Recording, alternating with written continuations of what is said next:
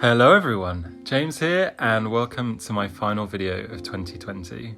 I'm going to be taking the holiday season off just to recharge a little bit, and I'll be back on the 7th of January with a brand new video.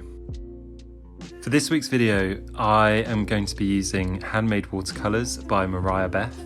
We worked in collaboration on these and they're such good paints, so I wanted to talk a little bit about them again on my YouTube channel. I have got a video where I'm interviewing MARIAH about her process, so if you haven't seen that, go and check that out, and I'll leave a link in the description below for her Etsy shop. This artwork was kind of born out of, I guess, everything that I've done this year, I think.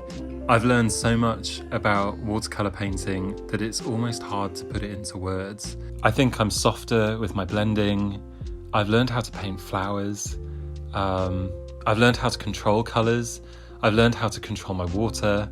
There are so many things that, you know, at the beginning of the year I thought that I had down, that I thought, you know, I'm alright at this. And by the end of this year, I'm like, gosh, I really wasn't. I think it just goes to show how important experimentation is. But what I'm saying is that you're never done learning. And when you think that you've kind of got to a point where you're really happy, to look back once you've passed that point and go, gosh, I just didn't even realise that I was learning so much more than that, can be a really, really grounding experience. And I think that's really exciting for 2021.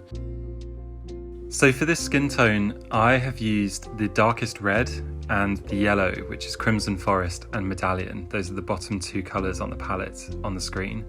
And I mix those in equal quantities. And then I neutralise that mixture just a touch with the cloudless colour, which is the blue in the palette. The key thing that I've been experimenting with lately is dry brushing into washes to really control the flow and spread of colour. So I've actually experimented with how I build layers on skin so much this year. That's probably my biggest reflection of 2020 in terms of art. And so that's what you're seeing on the screen here, is this sort of dry brushing technique to keep those hues really strong and for them to not melt away into the wash. So if you'd like to learn a little bit more about that, I have a tutorial on my Patreon page. It's for everyone in the Veil of Night tier and up, so that's £3 a month and up. And it takes you through all the tips and tricks for basically doing things the way that I do them. It was a technique that sort of came out of an accident, I think.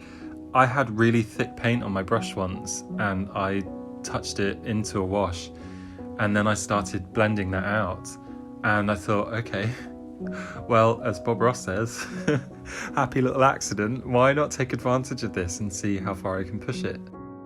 I'm sure it's a well-known technique, but I had never seen it before. It was a complete accident in one of my paintings and I just ran with it. And it's so different to everything else that I've tried this year. I've tried layering really slowly, literally thin layer by thin layer by thin layers, so that by the time I get to layer 30, I'm kind of done with painting at that point. I've also tried charging into washes with quite sort of loose splashes of reds and blues and things into the base skin tone.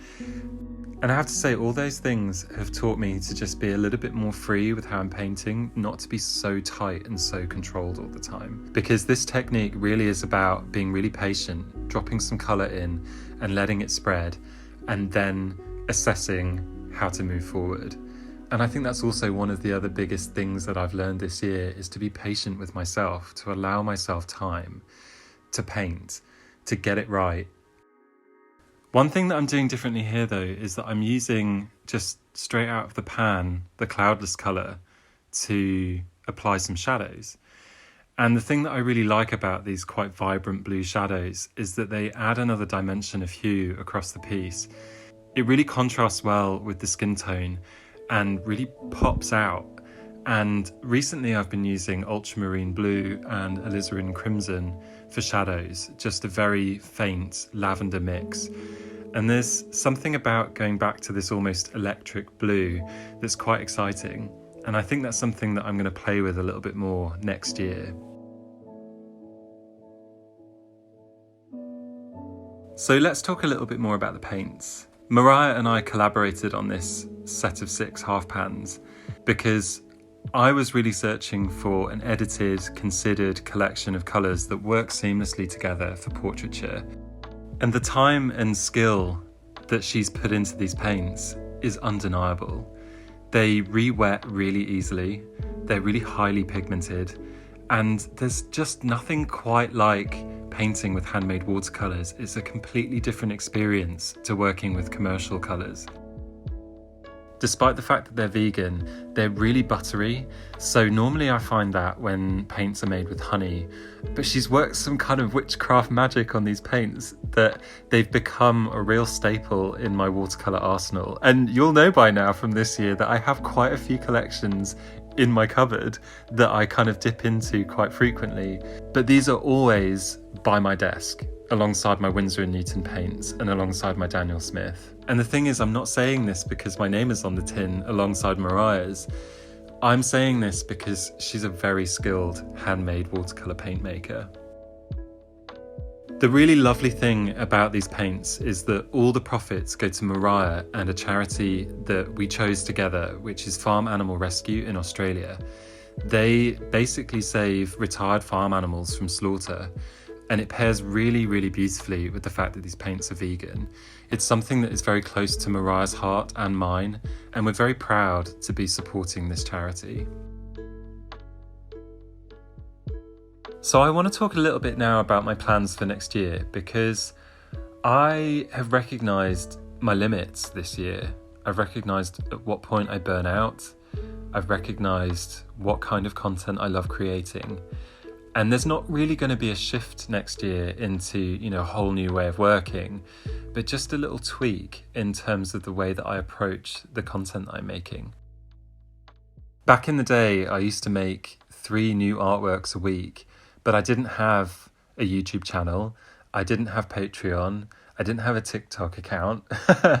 I was just making artwork for myself and posting it on Instagram, and I was going through this massive learning curve as well at the time, where I was very quickly wanting to move on to the next painting because I'd learned something new and I wanted to put it back into practice to really kind of cement what I'd learned. And while by no means has my learning slowed down, I'm still learning every single day. I definitely want to make sure that I'm being smart about the content that I'm creating for the amount of platforms that I'm on now. I still have a full-time job to support myself and my family, but lately I found that to keep up means me staying up until like 1 or 2 in the morning, and that's not sustainable. So I hasten to add that I'm not complaining, because I really, really love creating videos, and obviously I wouldn't paint if I didn't love it. But there does come a point where you take a Saturday off and you fall behind in the schedule, where you have to say to yourself, okay, I've filled my time far too much. It's not good for the quality of my content. It's not good for my mental health. I need to slow down a little bit and just sort of take my time over things and try and make the most out of the artworks that I am making. So I'm really excited about being more mindful about what I'm creating, but I'm also really excited about the projects that I'll be working on as well. So 2021 is going to be the year. It's going to be the year that I boss gouache. I have to. I've tried it a few times and I'm awful at it. I don't know how to mix colours with white, so I'm gonna nail it. That's my task next year. I want to draw more. I really want to get back to life drawing classes as soon as we're able to. It won't be top of my list of things that I'm disappointed about, missing because of the pandemic, but it is something that I was really enjoying, and I was meeting new people, and it was just really lovely. So that's something that I'm really excited about getting back into. And the biggest thing, probably the biggest project that I'm going to have on next year, is a 12-part beginners watercolour tutorial series.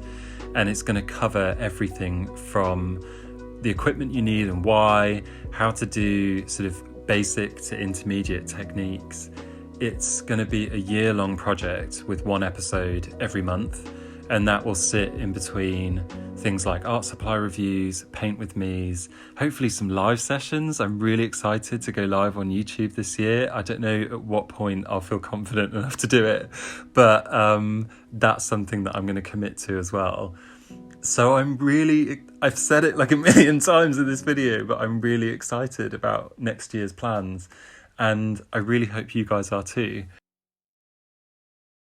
Before I go, I want to say a massive thank you for everything this year, for joining me, for sticking around, for engaging with my content, for chatting to me in the comments. It's been really encouraging, and I'm really just so grateful for it. I want to say thank you also to my patrons. You guys rock.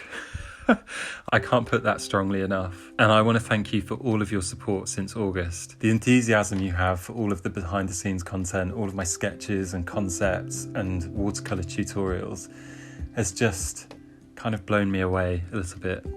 So a massive, massive, massive thank you for that. For those of you that celebrate, I want to wish you a very, very happy Christmas. And for those of you that don't, I want to wish you a lovely holiday with your family and friends. And I will see you all again in the new year. I'm super excited, and I'm really bad at signing off videos, so I'm just going to say goodbye. Bye!